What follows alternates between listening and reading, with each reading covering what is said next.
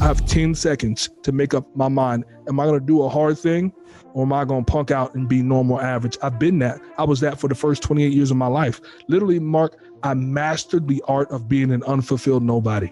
Fear is only really present 2 times, leading up to the action and the first 10 seconds of the action. Fear is a warning sign, not a stop sign.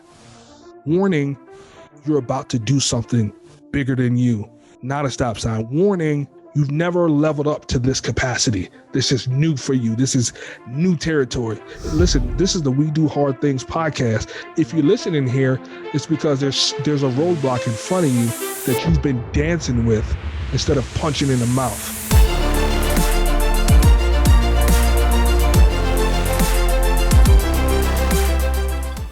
Today's guest has the heart and the spirit and the passion that can move people to do the most remarkable things.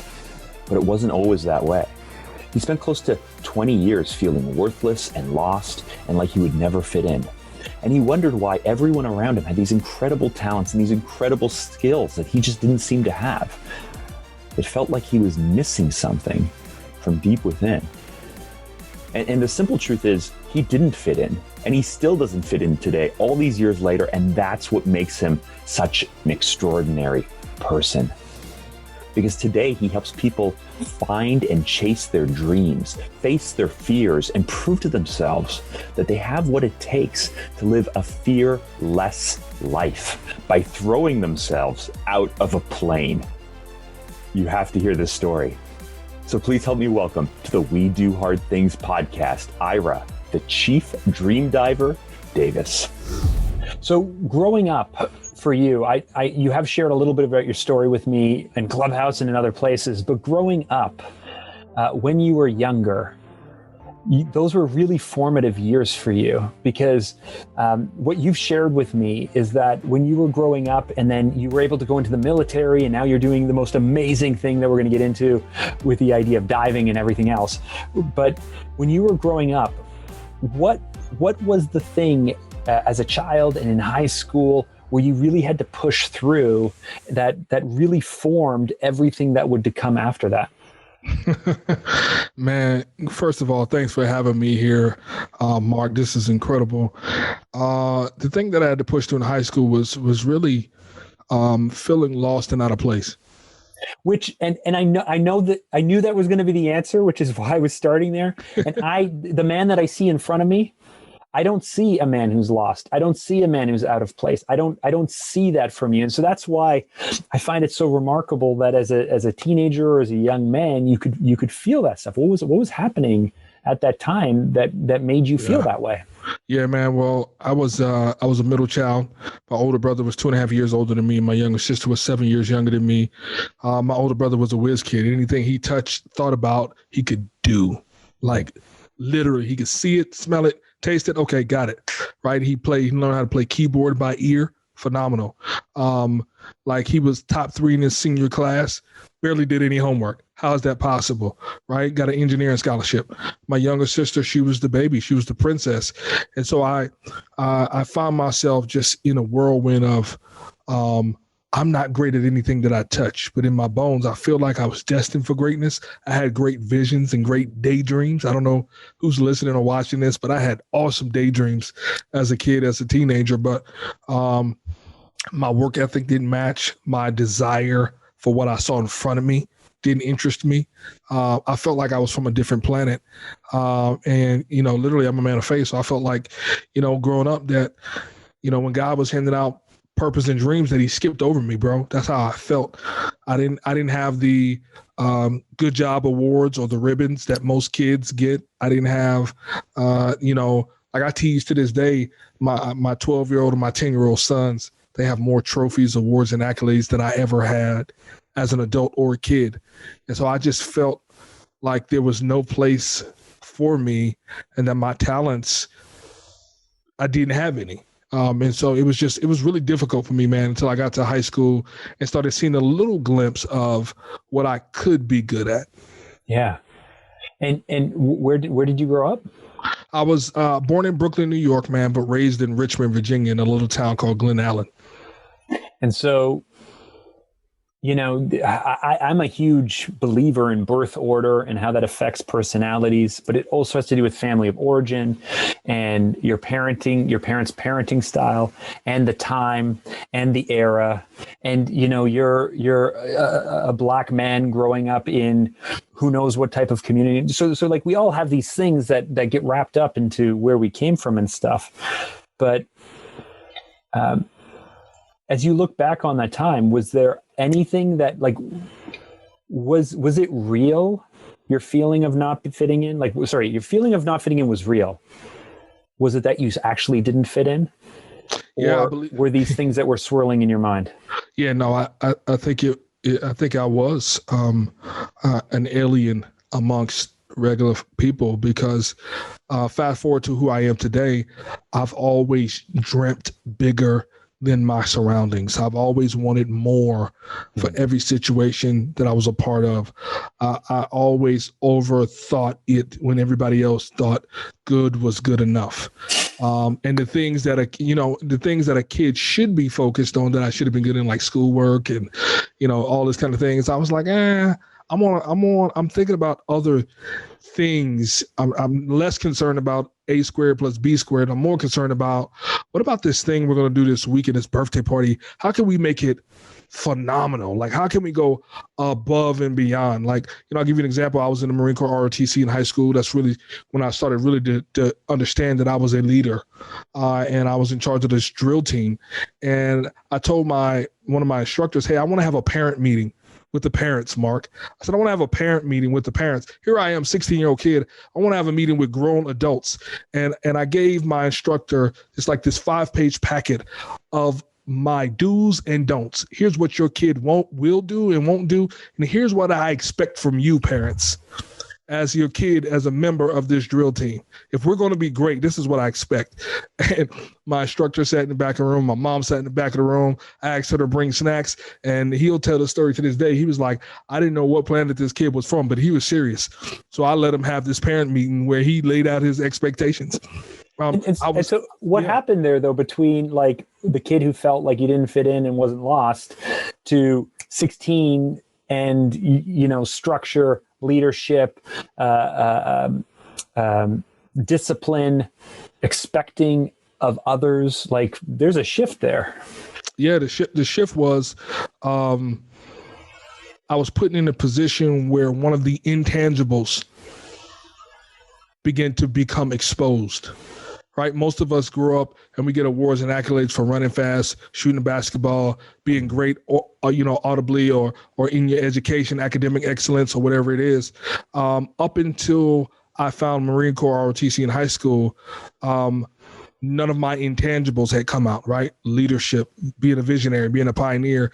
And so when I got ingrained into that culture, one of the things that I didn't know that was in me started to come out, and that was leadership.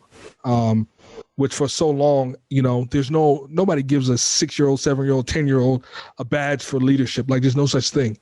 And so this kind of intangible skill or talent started to emerge, man, when I was in my teens. And I love that part of the story because we can think that we don't have it or we don't have what others have, but it could just be not the right time or just not the right place. Come on, man. You're speaking my language. Right? Yeah. I mean, the truth is nobody tells you that the intangibles are things that you can build a life on. The intangibles are the things that you probably were called to do with your life.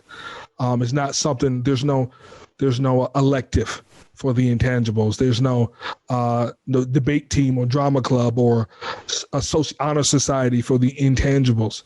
And so I spent most of my life having incredible intangibles and satisfactory tangibles.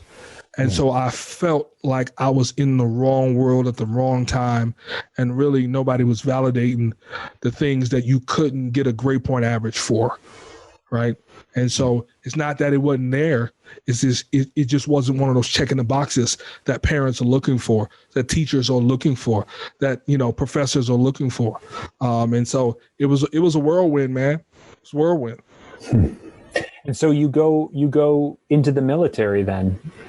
Yeah. Was that an easy decision for you? Because again, you found at 16, the Marine Corps RTC, I guess, I don't know. You're rhyming them off so quick. Yeah.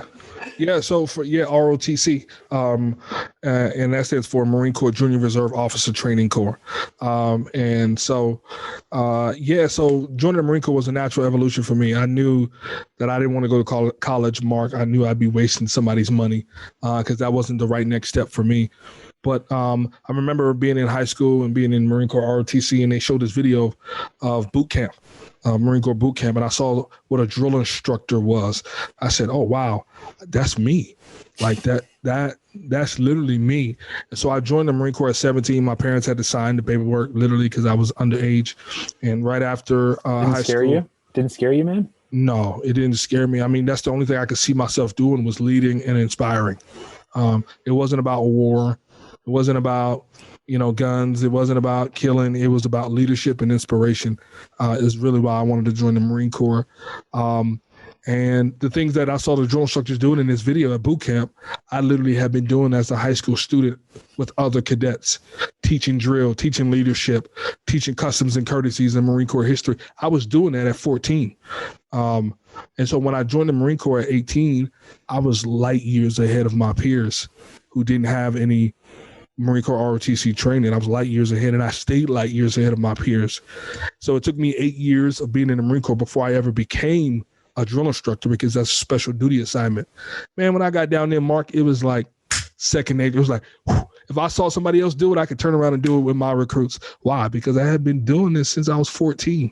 That's how I ended up in the Corps, man. And what was it about the structure or the camaraderie or even the leadership opportunity? Like you could find those things in other places. So what was it about this that just felt right to you? It had to do with the level of excellence. I love excellence. My favorite rapper is Jay-Z, right? My favorite gospel artist is Kirk Franklin. I love excellence, and I love people who, when you look at what they produce, or companies that when you look at what they produce, you don't expect anything less than excellence. And so when I look at, you look at all the branches of the armed forces, there's only one that makes you scratch your head and say, really? You're about to join which branch? It's the Marine Corps, because we stand for excellence in everything that we do. And not everybody can be a Marine.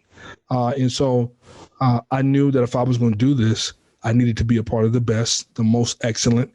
And I wanted to be a drill instructor, which was the most revered military leader on the face of the planet. But why? Why was that important to you? Like, we move towards things to avoid fear or in the pursuit of something, right? Something to fill us, something to replace something that might be missing.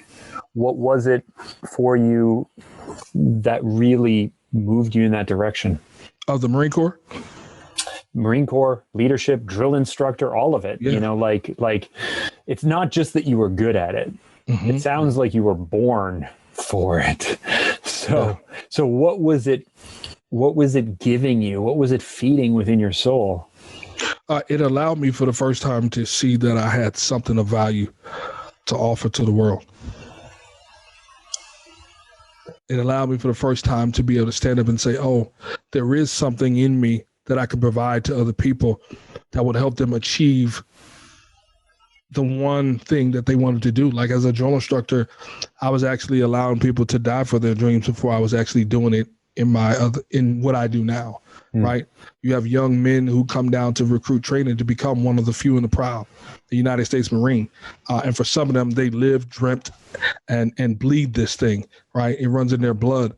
And so I was actually able to help them go from being a young, immature 18-year-old, 20-year-old, 25-year-old to helping them become a bold, bad man who didn't take any crap, who lived and breathed excellence.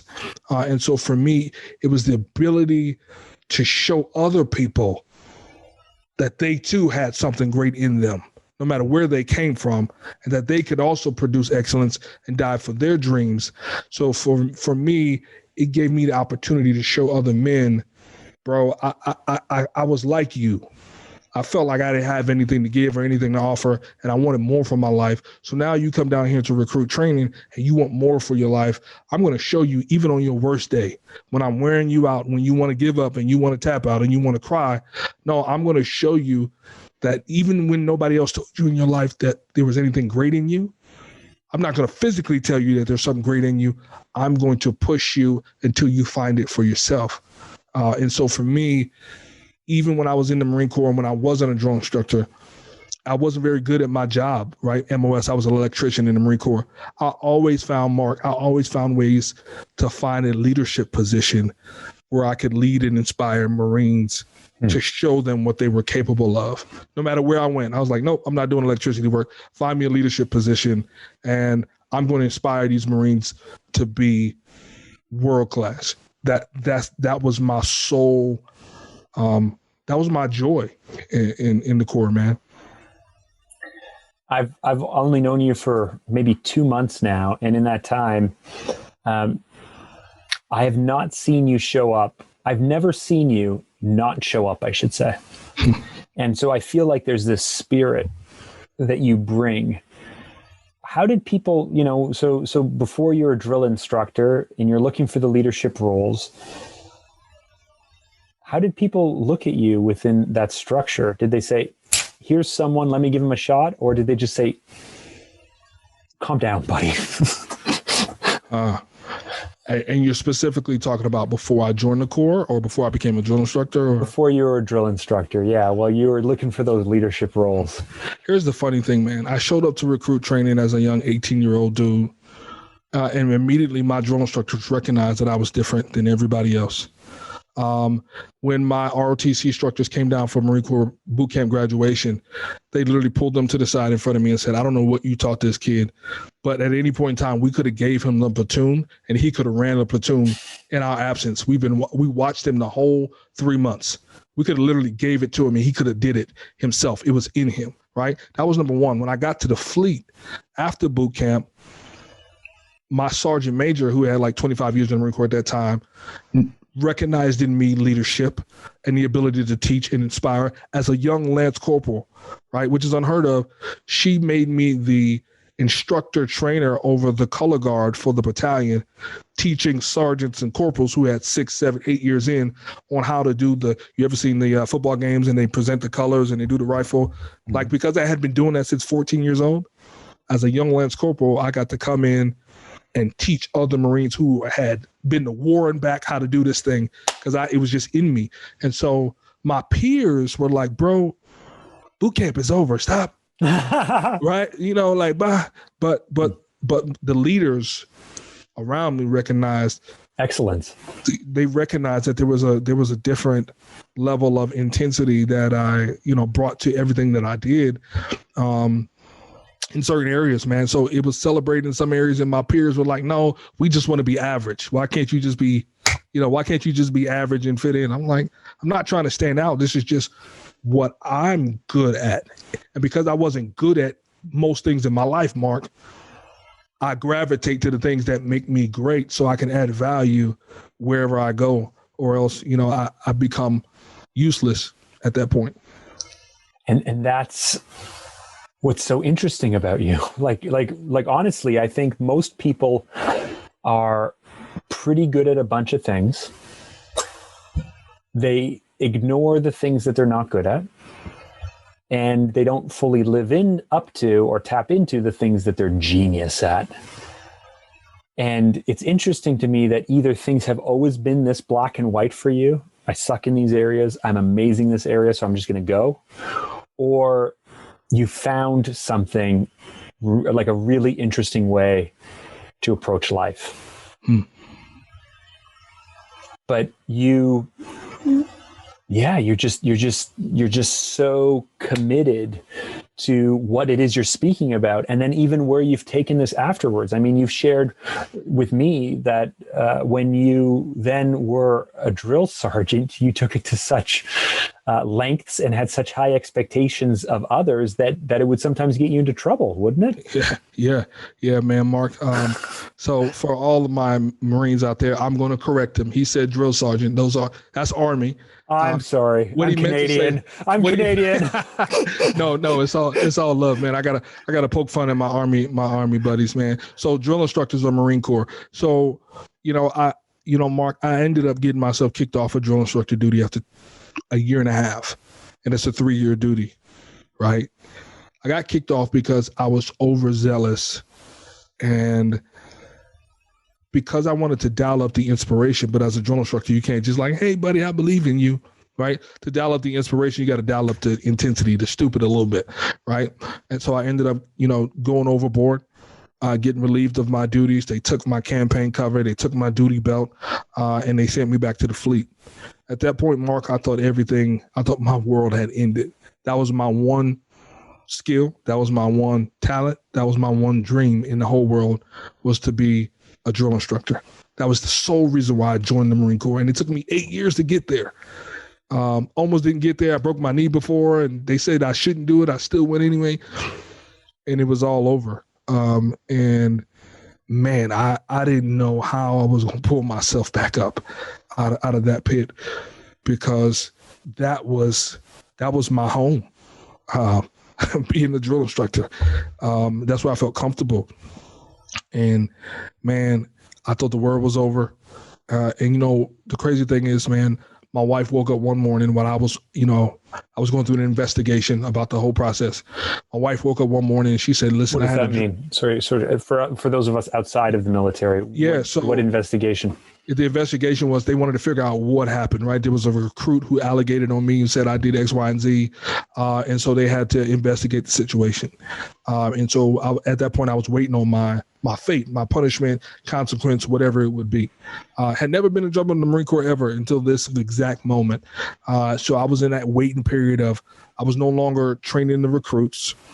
I was just hanging around the company office waiting on my fate for about 2 months as they did, investigations and research and the whole 9 yards. My wife woke up one morning, Mark, and she said, babe, I just had a dream and God showed me that one day we would be well off because you would be great. And I looked at her with like she had 4 eyeballs and was from Mars. And I said, I don't know what you saw or what you heard. I said, but I am the epitome of average. I said, so you might want to check again or go back to sleep.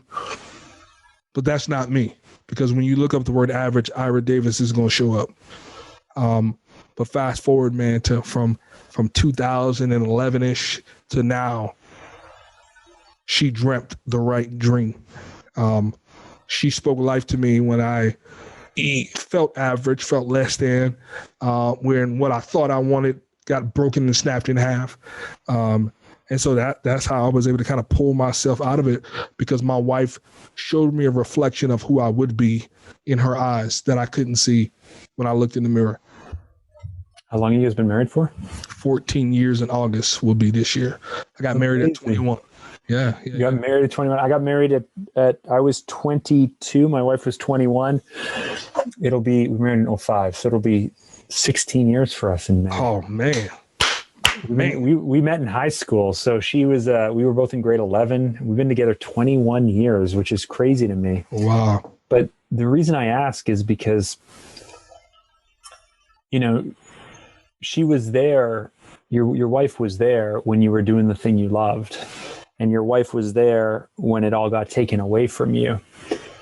And I'm just wondering, because I know how important relationships are to you. If when you were at your lowest point, you felt bad about yourself, if it actually changed her opinion of you or not. It's a great question. I'm gonna have to ask her, but I don't think so, man. She's still here, so she pulled through. But she pulled through. And listen, here's the truth. That was a low point, which I thought would be the lowest point. But 3 years later, when my enlistment was up and I couldn't get promoted in the Marine Corps, gave me 3 months to get out of the Marine Corps because of that trouble that I had 3 years ago as a drill instructor. We literally had 3 months to pack our bags and our family and leave the Marine Corps because our enlistment was over. And and depression kicked in. We had a severance, which was cute. We live in California, so any severance is cute, but it doesn't last long. Didn't have an education, didn't have anything to fall back on. And here I was, a man with no purpose, no dream, no hope for the future. And I was a shell of a man.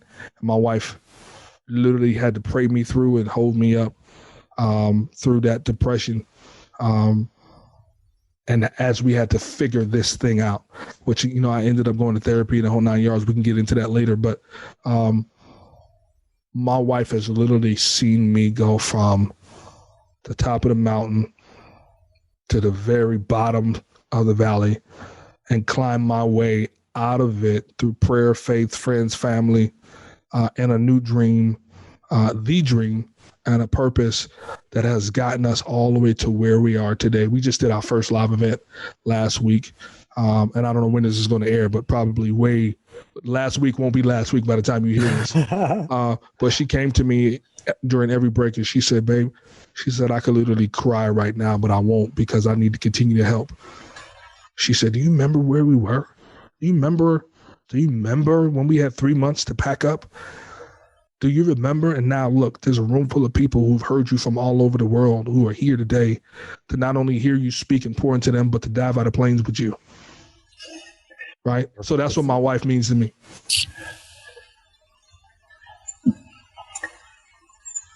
Gosh, man, you have so many different ways I could take the conversation.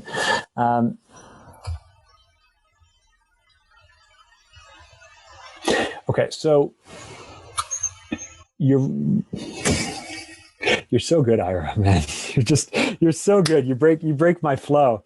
Okay. So at what point after you leave the military, they politely ask you to leave, or maybe not so politely, but basically you're leaving the military, you're leaving your home, you're leaving your life, you're at this low point. At what point does this idea or this inkling or this drive or desire to do whatever's next, how long does it take you to kind of figure this out? And then how do you go about that? Yeah, man, great question. So June 2014, I get a notice from Headquarters Marine Corps where they make the decisions. And they say, listen, you didn't get promoted on this last promotion board. You have 3 months left on your contract.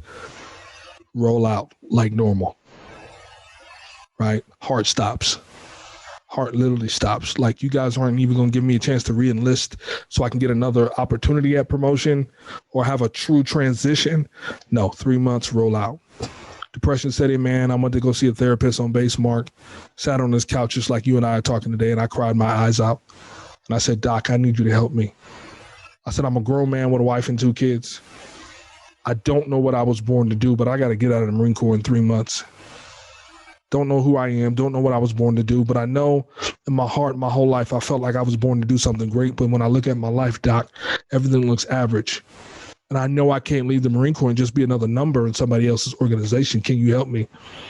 And Mark, we talked for about 4 or 5 days, and he came back to me at the end of the week and he said, listen, Sergeant Davis, in my personal and professional opinion, I believe you were put on this earth to inspire people to go after their dreams. He's like, I don't know what that looks like for you, but I feel like you're meant to inspire them down to their bones. Whether that's speaking or writing a book, I challenge you to go on the journey to figure out what that is. Left his office that day, went out and sat in the car.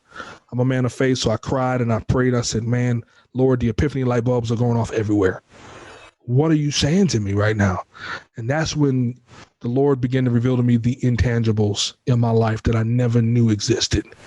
And that's when everything clicked for me. He was like, listen, you're a transformational leader. You're a pioneer. You're a visionary. You're a phenomenal communicator, and you're creative. When you speak, people can see the end before they even see the beginning. He said, I want to use that to give you a platform to inspire people to go after their dreams, man. And so I ended up taking I had this natural love for filmmaking, right? I used to do these Best Buy Haiti Camp videos of birthday parties and anniversaries. And Lord was like, I'm going to give you a platform to inspire people to go after their dreams using this camera. And I was like, what?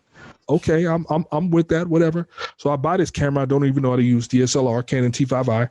I don't even know how to use it. I take my youngest son, who's now my oldest son, who was 5 at the time, who's now 12, take him out to this football field, Mark. We filmed this flag football video of him training, right? I'm throwing water on him and I'm trying to film it in slow-mo. T5i doesn't even have slow-mo. And I'm doing all kind of craziness. And I edited and I put some Ray Lewis on the background and some inspirational music. And I'm proud of myself. I'm like, yes, give me a telly, right?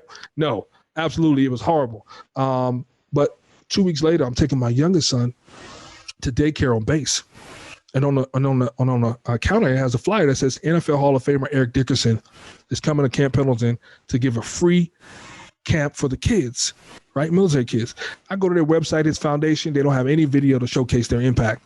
So I say, well, why not? I call them up and I say, hey, listen, I have a camera. I'd love to make an impact video for you. Can I help? And they said, do you have anything to show me? Mark, the only thing I have was that video of my 5-year-old son practicing flag football. I love it. They showed to an NFL Hall of Famer. They called me back in 2 hours and they said, how much hired?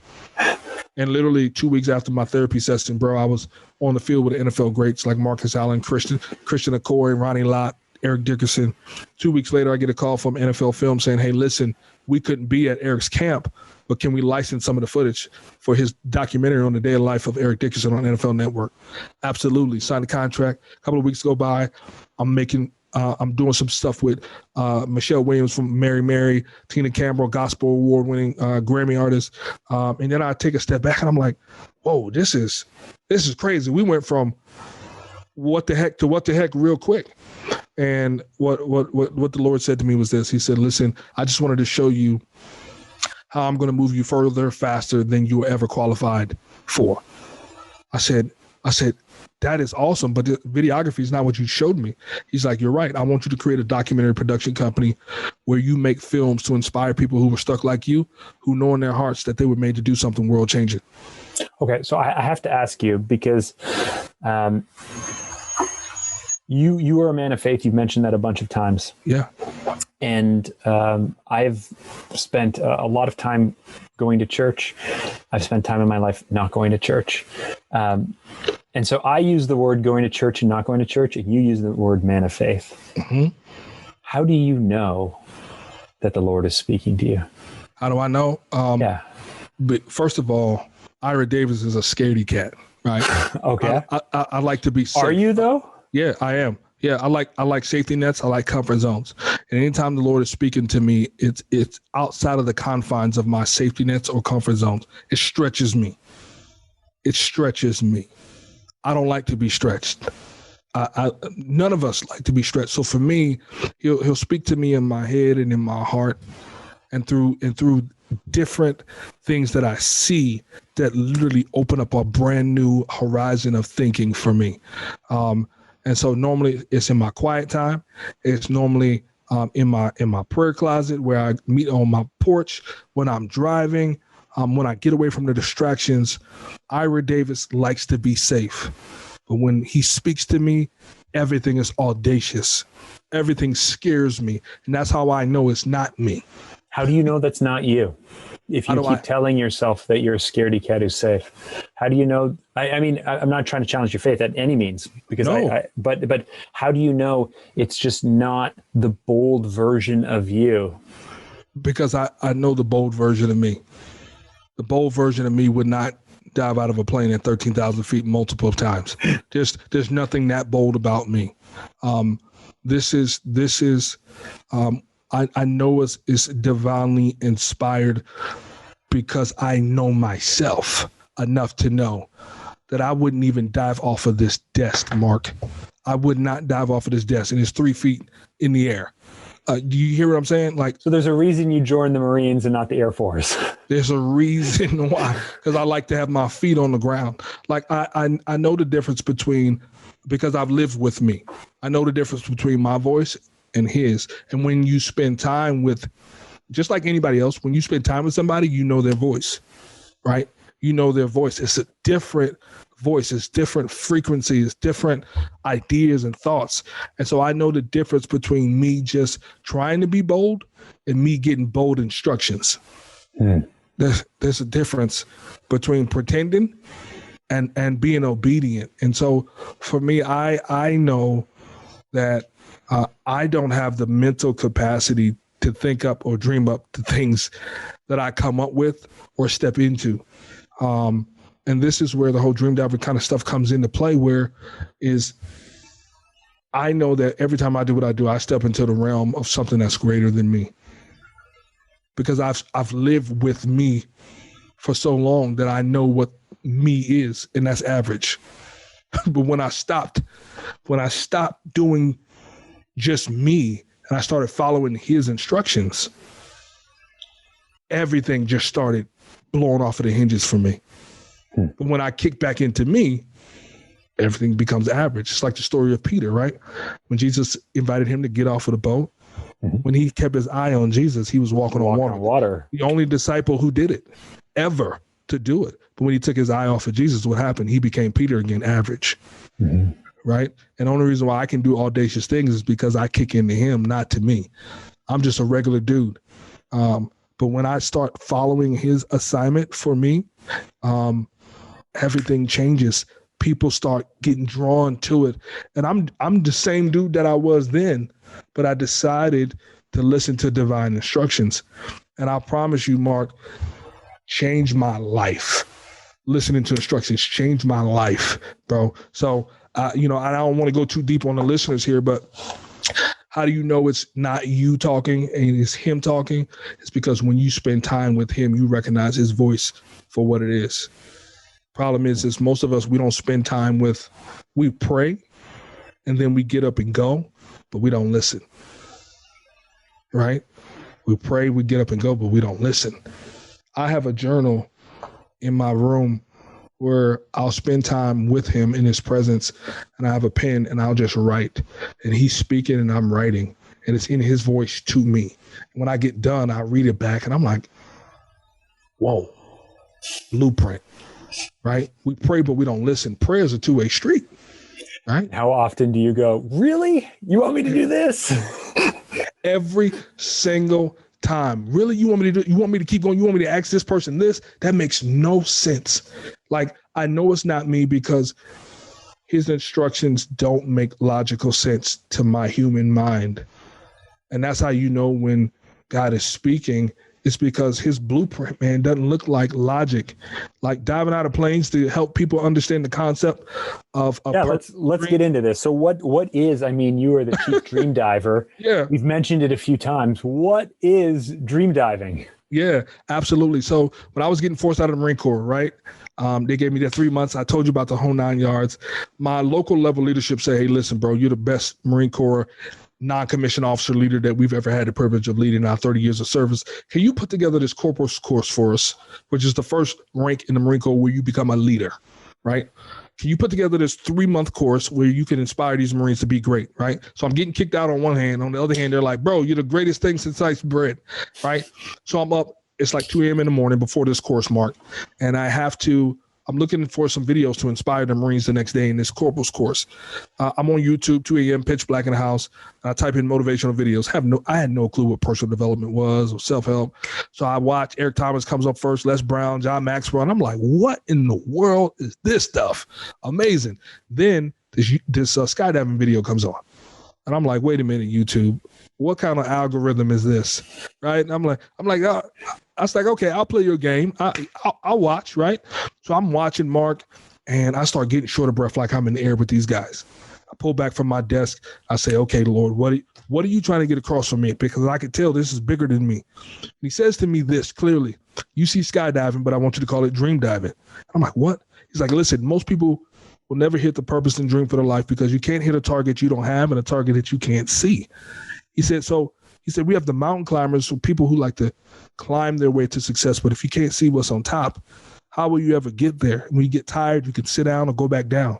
He said, we got the jumpers who know they've been called to do something audacious, and they'll just run and jump into it without doing any preparation, becoming the right person, or doing all the things necessary to incubate what I call them to do. And then you have the leapers who are like, okay, let me take a leap of faith. I'll step in and see if it works, Mark. I'll try this podcast. And if we make $1 million, then I'll keep doing it. If not, I'm going to go back to my regular safe thing. He's like, no, I'm looking for the dream divers, people who are willing to step up to the assignment to do the most audacious thing they've ever done, to know what their purpose and dream is, to do the preparation work, to prepare their purpose, their dream, their business acumen, their strategy, their mindset, their spirit. And then I'm looking for people to get their feet off of the ground, go to 13,000 feet and dive headfirst into a dream that's bigger than themselves, knowing that when they step into the impossible, I'm going to be there with them. They're going to burn the boats, leaving no excuses, no plan Bs, no escape route.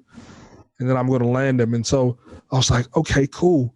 What is a dream diver? He said, listen, a dream diver is a purpose-driven individual who's willing to walk away from their comfort zones, to aim their entire lives at their God-sized and God-given dreams to impact the world. Like, no excuses. Like, I'm not going to give my time and energy, but I won't give my resources. Like, I'll just give my money to it, but I won't give my time and energy to it. Like, I'll give all of that to it, but you can't have my family. You can't put my family into this or my friends. Like, I don't want to lose any friendships or any close. No, he's like, I'm looking for somebody who's willing to walk away from all comfort zones, to aim their lives at something that's bigger than them, to impact the world. And so I was like, this is awesome. And Mark, he said, listen, this is the crusade that I want you to go on with the rest of your life, teaching people this concept. I was like, cool, I'm with you. Then he said, I need you to dive out of planes. And I was like, time out, bro. And you're like, record scratch. Yeah, time out, right? Because listen, I'm terrified of heights. But here's what he said to me so clearly, and this is how I know it's him and not me. He said, I have too many people teaching, preaching analogies that they don't live. You won't be one of them. If you're going to teach it, preach it, travel the world on a crusade, you must live the analogy of what you teach. And I was like, why? Right? But fast forward, that was in 2014. Fast forward 2021, I'm in the middle of my solo skydiving certification now. And we just did our first live event, man, where we took 11 people up to the sky. So this is super cool, and we're going to get into a second, but what took you 7 years? What took me 7 years to get it? Yeah. What took me 7 years to get up into the air? Yeah. It was a combination of things. Number one, I started out strictly as a documentary filmmaker, strictly, right? 2 years ago, we stepped into the speaking coaching space as the DreamDiver company. And so when we started to step into that space, that one line of instructions came back up to the forefront. And I knew that I could not hide from it or run from that one line of instructions and do what he was calling me to do in this next evolution of my purpose and of my dream, man. So, so in the last 2 years, man, I went from doing a tandem to get into my solo skydiving, man. And so. And you're doing it. You're doing it now. You're going up in the planes. You're jumping out of the planes. You're doing this, the leadership events. You're doing the skydiving events. You're building the media agency. It's like happening. Yeah. Crazy. The man, the boy who didn't feel good enough or any of that stuff, it's all happening. And I mean, there's this, like, everyone who's listening, everyone who's watching knows, like, they can see within you this energy, this passion, this drive. I don't see the fearful man. I don't see the doubt. I don't see any of that stuff. So what's the difference between when we're done this interview and you go home, that version of you, versus the one you're showing me right now? Because I don't see the fear. I don't see the doubt. Or have you been able to work through that? Yeah. So there's no difference. I am who I am everywhere I go. Like, for those of you who you can't see it, but right now my ankle is broken in two spots, on the inside and the outside, and it was completely dislocated as of 8 days ago. I was doing one of my solo dives. I'm in training, and I didn't fully execute a braking maneuver, and I literally came down too fast on my own and snapped my ankle completely out of socket and broke it. So right now I'm in a soft cast right now, pending an MRI. And 5 minutes after the event happened, Mark, after I caught my breath and people came over to help me. And when you say people, I mean, I've seen the footage. So it's EMS, it's people are running, it's like iris down. It's like, it's a big deal. Like, yeah, it's a big deal, man. Yeah. So 5 minutes after this happened, bro, my left leg was straight. My left foot was turned to the left. Think about that, right? Your left foot should not be able to turn to the left. My left foot was turned to the left as they were working on me. And the first thing when my business partner rolled up, I said, bro, are you filming? He said, yes. I said, number two, I said, everybody else is trying to check on me, bro. I said, I'm excited.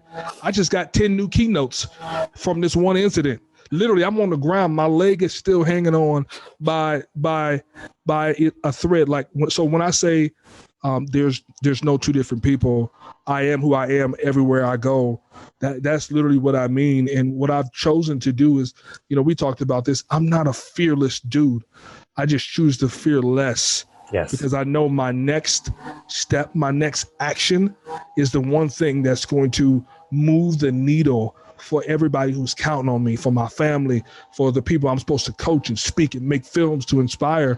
And so I just choose to do hard things because I know on the other side of that hard thing, man, the greatest level of what I have been called to do will emerge because I've walked through a door that I'm terrified of. Right? I'm hanging out of the plane that you seen on the video. I'm hanging out of the plane at 13,000 feet, clouds, propeller, sky. I'm terrified. But guess what? I have 10 seconds to make up my mind. Am I going to do a hard thing or am I going to punk out and be normal average? I've been that. I was that for the first 28 years of my life. Literally, Mark, I mastered the art of being an unfulfilled nobody. Soak that in. I mastered it. The art of being an unfulfilled nobody. Mm-hmm. I choose now to do hard things because I refuse to go back that way. And there's other people counting on me to actually literally save them from being that unfulfilled nobody. So I choose, instead of showcasing fear or living in fear, fear is always with me everywhere I go, Mark. But I have a decision. Which one am I going to allow to feed my life? And I choose action. I choose action in the face of fear, man, at least now. Right, until somebody comes up with a greater challenge for me. But right now, I choose action, bro. I love it, and it doesn't make you feel like a hypocrite. It doesn't make you feel like a liar or a poser or anything. You can do this. I'm asking, you can do this authentically. You can live fear less and live with fear and face fear and choose to take action and still proclaim boldness and still speak into other people's life. And it just feels true to you. Yeah, no, there's no hypocrite about it. Like I said, I don't do this in the absence of fear, right? If fear is not present, that means you're not doing anything bigger than yourself. It means you're comfortable. It means you're playing too small, right? So I never tell people, oh, you shouldn't have any fear. No, I'm telling you, I'm going to help you destroy fear in the moments that you're supposed to be taking action. Like I'm on the plane and I'm terrified. The door is open. I'm about to exit. I'm terrified. But in that moment, I'm destroying fear and I'm choosing action. Gone, right? Gone, right? The fear's not gone. I'm gone out of the plane. That's me driving out of the plane, right? And then it's as you're falling through the air. Right. So nothing hypocritical about it for me. Is I'm terrified. I was terrified when I took the stage to speak to my people on Friday at my event. But guess what? Fear is only really present 2 times, leading up to the action and the first 10 seconds of the action. But when you step into the thing that you were called to do, after that first 10 seconds in the action, who you are kicks in. Your skills, your talents, your capabilities, your preparation, your work ethic kicks in. Fear is a warning sign, not a stop sign. Warning, you're about to do something bigger than you. Not a stop sign. Warning, you've never leveled up to this capacity. This is new for you. This is new territory. It's never saying, Mark, don't do it. It's never saying, Ira, don't do it. You can't do it. It's just saying, I want you to know that if you go past this line, this will be the biggest, most expansive thing that you've ever done. Are you prepared for the consequences, good or bad, after you cross this line? And for most people, they're so afraid of what could be that they'll never step into what could be. You know, I've just learned this lesson myself. I've never done strength training, really. I've done cardio. I do HIIT training. I love all of that stuff, but I'm getting really into weights because I'm doing this chunk dunk challenge. And I learned this 3 weeks ago where I was like, oh, just because my brain is telling me this hurts, and just because my brain is saying this is uncomfortable and I should stop, I don't actually have to. Like, I can just keep going and my muscles will respond. I could just keep going, and my body will bring it forward. You know, when I was a kid growing up, we used to jump off of cliffs, and I've never jumped out of a plane yet, I will say. I don't really have much interest in it, but we used to throw our, I know, secretly being around you, I'm like, yes, let's do this. But I'm terrified of heights too. And we used to jump off this 40-foot cliff, and you can stand on the edge, and you can look down, and you can feel the sun on your face and the wind, and you can hear the silence of the water, and you can stand there and think, I can't do this. Or you can take a few steps back and just start running. And your brain is screaming at you to stop, and it doesn't make any sense, and it's stupid, and you can just push through. I'm learning that through my exercise. I'm learning that through business. I'm learning that through, I can show up and perform even when I'm tired. Like I'm learning that the excuses that we're all kind of used to holding on to, you can just kind of push through. And that's what I find so remarkable about your story and about what you're doing right now. Is it's like, what an amazing way to physically and emotionally show people that they're capable of so much more than they thought. And I'll tell you something, Mark, and I've been following your journey. You have done some incredibly hard things. And you've pushed through some incredibly hard things, and you're showing people the journey. And that's what they need to see. They need to see the progression of hard, right? Most of the time we show people the beginning and the end, or sometimes just the end, but the progression of hard is what it is not. That's why I showed the video of the ambulance coming to pick me up off of the ground, right? Mm-hmm. No risk, no reward. Most people don't want to risk hard for the reward of being able to be who they were called and created to be. I had this lady at the event. Her name was Mary. She was scared of her own shadow when she showed up on Friday at this event. By the time she got off of that plane and hit the ground, Mary felt like she could run through every brick wall known possible. She had been sitting on a book she was supposed to be authoring for 3 years. Before she left the event, she called the editor and said, get it going, let's go. Like, I take people diving out of planes because it's a symbol of you being able to do the most audacious things in your life. You can dive out of a plane with me, you can come back onto the ground, and you can get through any emotional, physical, psychological breakthrough that you could ever think or imagine, right? Listen, this is the We Do Hard Things podcast. If you're listening here, it's because there's a roadblock in front of you that you've been dancing with instead of punching in the mouth. I love that. You've been dancing with it rather than punching it. Yeah. Get through it, go over it, go around it, because on the other side of that obstacle are the results that will change your life and the people's life that you've been called to change, man. So I love it. So the first thing I would think is, how do we transfer? How do you help people? So you got your dream divers, and these are the people who aren't just going to glide in. They're not going to just step in. They are going to dive into this. I love it. Yeah. How do they take this moment, this lesson, this life lesson, and then apply it to other areas, right? This is something with we do hard things. It's like, well, I'm Mark Drager. I do hard things. Sometimes I do hard things here, and I have trouble figuring out that hard thing over here proves something to myself that I can take over there. Mm-hmm. How does this being fearless and dream diving and attacking that thing, throwing yourself out, how do you take this to the other areas of your life? I love it. And so anybody that we take on a skydive or as a coaching client in my apprenticeship, we take this as two things. This, number one, helps you learn how to destroy fear in the moment where it needs to be destroyed. It teaches you how to destroy your comfort zones in the moments where your comfort zones become a prison or a coffin. It teaches you how to develop bold faith, right? The faith to do what most people couldn't even fathom of doing. Only very few people will ever dive out of an airplane and actually come back and be like, that was the greatest thing I've ever done. It teaches you how to have audacity that most people wouldn't have, and conviction, right? And then we teach you how to use it, and we help you discover your purpose, the one thing that you were put on this earth to do to serve other people.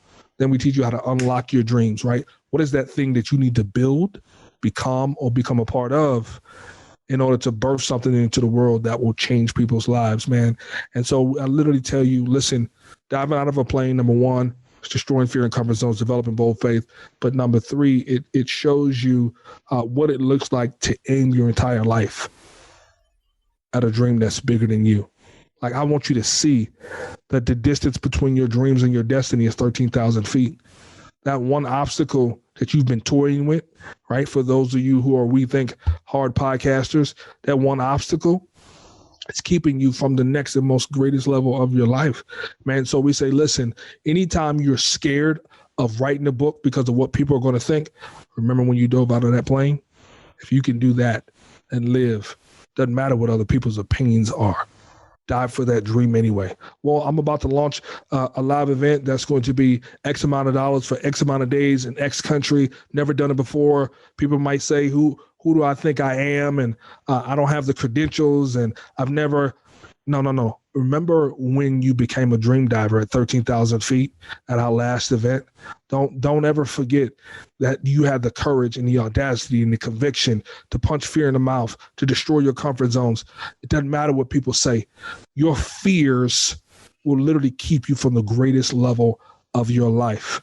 If you can do that, there is no fear that should be able to keep you boxed in ever. You're a dream diver. That means we step over fear. We put fear in a seatbelt. Matter of fact, we welcome fear. Come on. Because if you're not there, that means I'm not doing anything worthwhile anyway, right?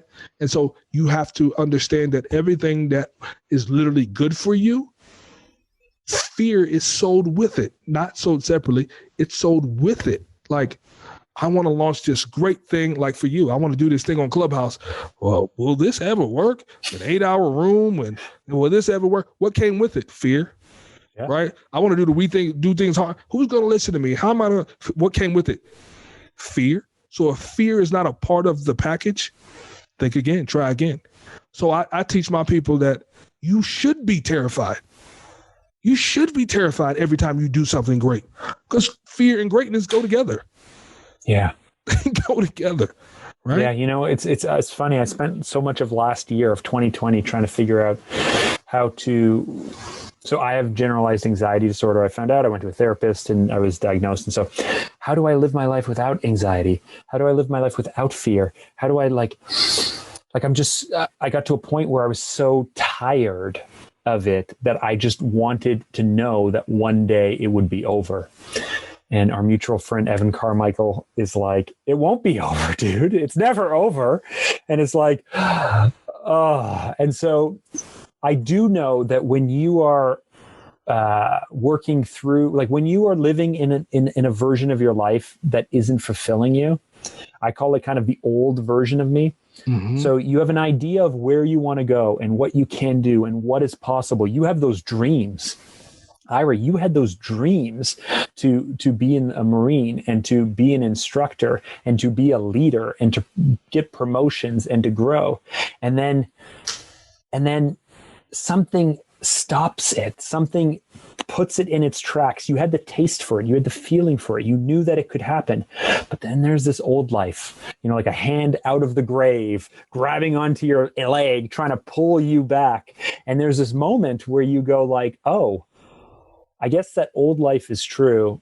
That future life that I saw, that I had a vision of, that I tasted. Yeah, I guess I can have that. And in that moment, that's when fear really takes hold. If I'm living in the future, the boldest version of me, then the fear is healthy. It's that feeling, it's not even a truth, it's a lie, but it feels like a truth that your old life is not something you can break out of, that you can get free of, to step into that thing, that promise that you've been given. The reason I asked you about 7 years wasn't to say, hey, 7 years. It was to say, how long and how hard did you have to work in order to fulfill that promise and to fulfill that dream without letting your old life pull you back, if you know what I mean? Yeah, no, 7 years was quite a long time to become who I am today. But I'll tell you something, whenever you have a God-sized dream, if you're not willing to dedicate a decade to it, hang it up.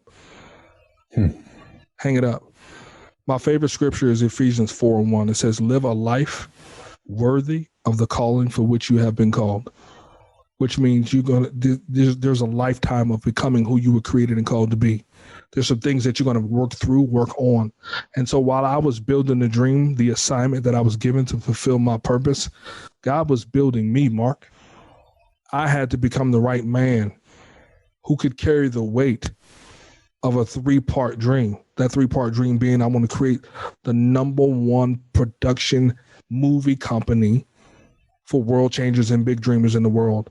Number 2 is I want to create the best, the #1 streaming documentary network for big dreamers and world changers. And number 3, I want to create the most unique coaching brand so that we can create 3 million dream divers globally who are impacting the world with dream diver purpose-driven businesses, man.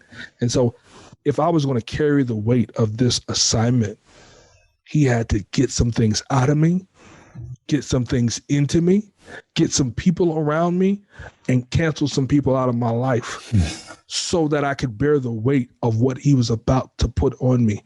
And so there's levels, right? At the beginning, when I first got this assignment, I wasn't ready for where I am today. It would have crushed me.